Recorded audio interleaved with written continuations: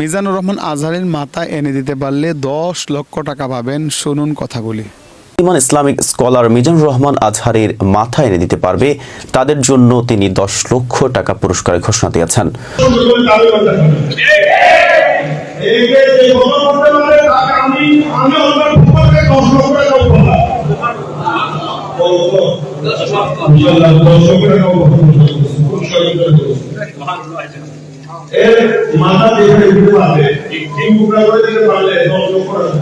আপনারা শুনতে পেরেছেন, পীর সাদিকুর রহমান তিনি বলেছেন যে মিজানুর রহমান আজহারের মাথা এনে দিতে পারলে 10 লক্ষ টাকা দিবেন। নাউজুবিল্লাহ নাউজুবিল্লাহ, এই কথাটি তিনি বলা মোটেই উচিত হয়। কারণ মিজানুর রহমান আজহারি যে ভুল করেছে, ভুল করে আবার ক্ষমাও চায়, ভালো কথা, কিন্তু তাকে একদম শেষ করে দিতে হবে, তাকে দুনিয়া থেকে বিদায় করে দিতে হবে, এই সমস্ত কথা আসলে এগুলি উনি বলাটা ঠিক হয় নাই।